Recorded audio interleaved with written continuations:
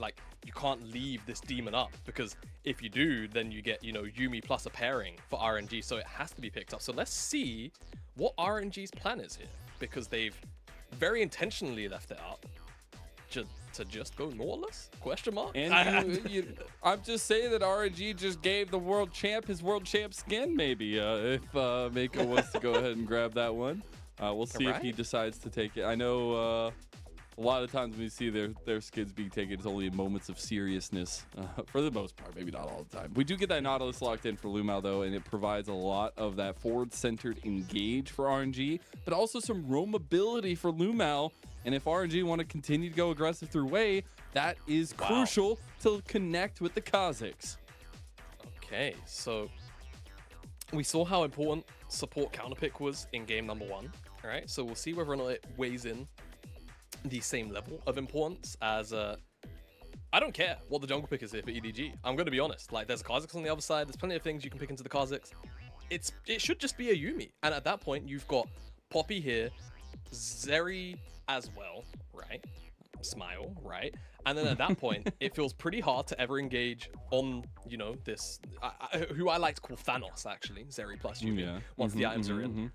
With all the dashing. Okay, it's a Draven for LP. Go. So this was the plan. All right, this makes more sense. This makes way, way, way more sense. Because now they can actually bully out the 2v2. They can even, you know, in ideal worlds, even look for dives. So for EDG, this is something where they do have potentially a very strong foundation for a very defensive draft with the Poppy already in. It's going to be about JJ's early pathing and ensuring that the bottom side lane state never flies out of control. It's also JJ's Poppy. I know we were talking about it with Lyric last night while I was on the cast with him, and this is a pick that, you know, he is one of our top Poppies. The way that he manipulates the map pathing, the way he's able to get under matchups that maybe he shouldn't even be able to, is so big for him when he's on Poppy, but specifically in this game, because RNG are sitting there. They're still in the upswing from game number 1 after I've knocked the front tooth out of EDG, and they already have their left hand coming away for the knockout punch right now. It is literally all aggression from RNG. Yeah, exactly. So it does make me very, very antsy about what their R4 is going to be in terms of a solo lane pick, right? Whether they're even going to look for you know, maybe even a flex pick between Tanyuang and Breathe if they have one in the back pocket to kind of keep EDG guessing.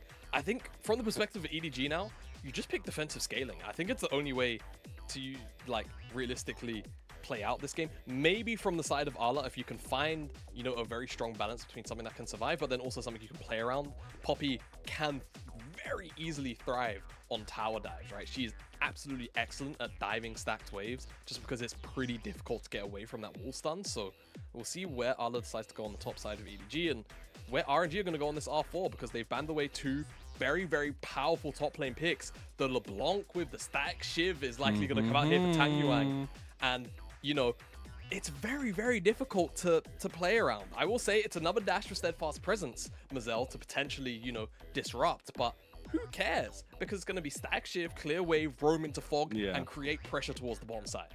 And I expect something to split push as well here as the 5th pick for them.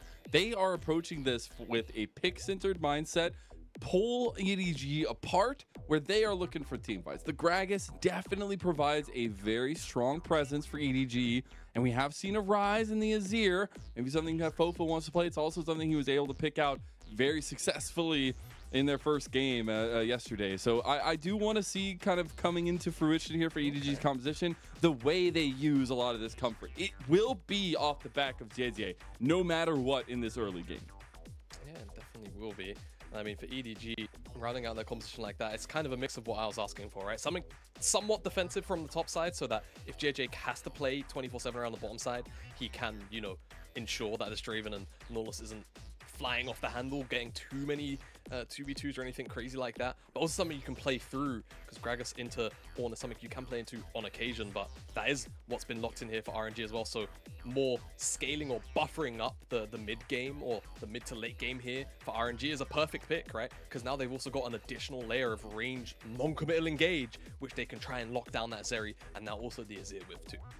And it helps bridge their late game, right? Where you're looking across there, you're like, oh my God, I never want to see EDG anywhere past 25, 30 minutes, where that Ornn item culmination definitely helps to some extent, but it is still about picking apart EDG early and often for RNG, and might just be jumping from momentum to momentum here from game one. Yeah, it definitely could be. See what kind of pace is set here from the side of RNG, but also I'm very curious about how EDG are going to handle whatever pace RNG set down here on the table. I think JJ is in a very precarious position where a lot of pressure is weighed on his shoulders, Mazel. He's going to have to do a lot of heavy lifting in the early game to negate some of this pressure from the bottom side and especially from the mid lane matchup too. Well, we're getting into the rift now. Game 2 kicking off, the legacy of Uzi and RNG on full display. But RNG, with their new page turned, feeling mighty fine as LP helmed and Breathe combined for that first game win. It is an EDG against the ropes here, still reeling from that upswing. And they'll have to make something work with this composition. Again, a comfortable comp that we've seen them execute time and time again. Hey, you know, not a real gunslinger from real historical evidence, but Arthur Morgan from Red Dead Redemption, pretty good gunslinger. Speaking of gunslinging, LP's gonna have to do something. We'll see if we can. We got a little bit of Billy the Kid action going. Hold on. Can LP go down? Uzi trying to cut him out. And there you go. First blood with the Vayne emote as well. As Uzi is on the board and EDG finally finds something. But this is the risk, right? We're speaking about the trade-offs and the play styles in which you can use Draven, right? Get him to one item, he's going to have a massive amount of stacks, and then you slingshot him up to that second with a massive cash-in, or you play 24/7 aggression. If you play for that first play style, you're always at risk of getting ganked, losing the stack somehow, and, you know, you get punished so heavily. When you die now, it's so much stack loss. So LP no longer looking towards that big cash-in. On the top side, though, RNG do pick up the Rift Herald, so there is going to be a little bit of reprieve here for them, but just a brief moment of not really having perfect wave or a vision control cost them everything here. LP does hit level 6. Blade. Oh, LP misclicks. Look in the bottom left. He's leveled up E 2 times. He doesn't have ult, so as soon as he doesn't have ult, he kind of just acknowledges that he's not. Buy some time though, and that's pretty big. Tangyuan can't really get into the fight here, as this is a pick apart comp from RNG. They are not necessarily a front to back. They don't want that smoke in this style of position, and EDG are moving forward to try to force it. Wei will not be spotted just yet. Now it's going in. Wei doesn't really have a way in. The final chapter for Uzi will be popped. Tangyuan and Wei with a flank. This is big. EDG need to get out of here. Look how much damn damage he does, man. Another kill goes over though, as it's 2 now for EDG as a whole, but 1 for 1 in this fight. And Dragon did get that reset off. Both teams walking away bloody. Yeah, Tangyuan, he's gonna have to put on some kind of show to get out of this one. He's got one distort. He's got his ult back up. Does he know that? So he's got 2 dashes. Does. Well, doesn't matter anymore. Because he's out. He's gone. And that's Bye-bye. the pressure. Like, it's all fun and well to watch them walk around, but this is literally what you see this LeBlanc do. You are forcing the team to chase you down because, first of all, you know you're so slippy, you're not going to get caught, but you also have so much poke damage. They can't just, like, kind of let you do what you want, and you're just slowly ceding so much to Tangyuan, even though not much has happened on the map. Yeah, it feels so bad. And now RNG with that third dragon can continue to keep that control, it feels like. Maybe EDG will contest a little more consistently as this fight kicks off. Uzi very happily goes forward because there's not as much threat without that Ornn ult up and available, but double Q here.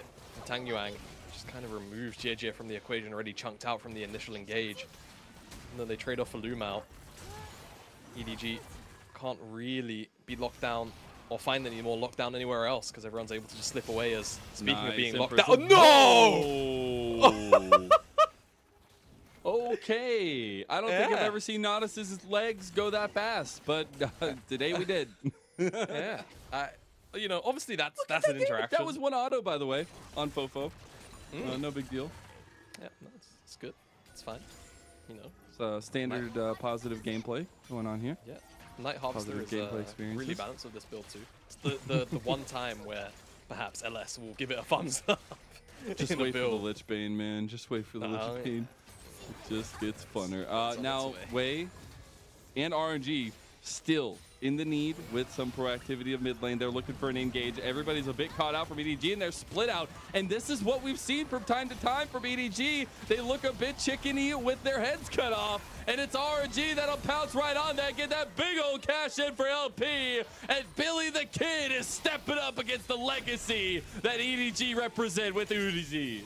Yeah, Billy the Kid, what was it? I think $10,000 back in the day, which is something like a couple million.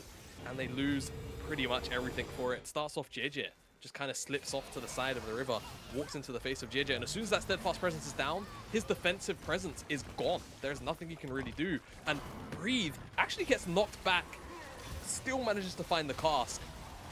And also this searing charge to ensure that so Uzi stays in place. Holy cow. Just on the tip of it. Yeah, holy Giga Chad from Breathe, man. Gets cast out of his ultimate and just flashes back into Twice. range. Twice he's done that. So insane, and it actually The locks first him one down was the a kill. flash, but you know. Yeah, you know, still, doesn't matter. So insane. Even gets himself that unstoppable from the body That's cast. a mountain And soul. now They are just going right back to the well. And guess who is caught? It is Allah gone down. Tong Yuan is just in the mid lane pushing down an inhib. And it's RNG looking at the final pieces to put together this Dragon Boat legacy right now. The only time that they will have to face EDG, but let alone Uzi, here in the summer split until we get to playoffs. And they are making quick work of Edward Gaming. yes, they are indeed. It's not even an appetizer. It's just straight to the main course, and they are sweeping. Big engage, Fofo, they got the combo, but right back to it, LP!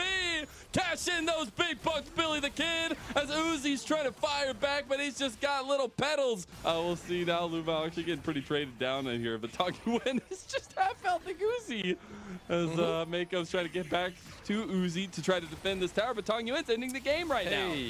Yeah, The engage, LP's getting low, LP goes down actually, maybe you get to see what you were wanting here. As the one kill goes over, Tong Yuan has easily taken down a Nexus tower and almost a second one. Yeah, and I mean, that was a shutdown, and it went to Uzi, right? I'm pretty sure Uzi got that kill credit. So, does he get Titanic Hydra? Does he get to do the Zeri Yumi thing, Mazel? That's the question. RNG right now, still in firm control, right? And Got Tang Yuan, three items. Who can kill this guy? All right. Zeri's at 3 items. All right, let's take a breath. Zeri, 3 items. Ardent in. Mako approaching that second item as well, right? I can't remember what Yumi's actually go second item, because normally the game just ends at that point, right? Could just look, I guess, for maybe Seen a lot of McHale. Helios. Yeah, Helios is like the solo queue thing. I think in comp sometimes you just forego a mythic as, oh, bye JJ.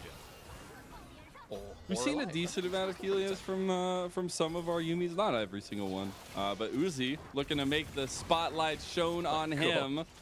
Chunking him down with a paper shredder right now, trying to take him out. As now the re-engage goes through, and JJ gets immediately chunked out. That ain't no paper shredder, that's a guillotine. As a TP from Allah just try to save it, going down. Uzi pops that lightning crash. Uzi's looking for the play. Uzi is the one you gotta keep your eyes on here. No! He's got 2. He's looking for a 3rd on the breathe, but Tony is looking for the end of the game. You see the faces of EDG. Utter disappointment as a quadra kill for Uzi will end in a shutout spotlight for EDG as RNG make good and they destroy EDG 2-0. They've done a C9! They've forgotten about the bloody objective of the game! Tang Yuan's just walked into the open back door and said, cheers, mate, for the hot dinner! Takes the game entirely. Uzi gets a quadra kill, I guess. We started to see a Zeri Yumi moment at the very end, but perhaps it was all planned, Mazel. As it was RNG all planned. very, very happily take this series 2-0. Tang Yuan, like you mentioned, on that broken LeBlanc bill, does all of the heavy lifting in the end.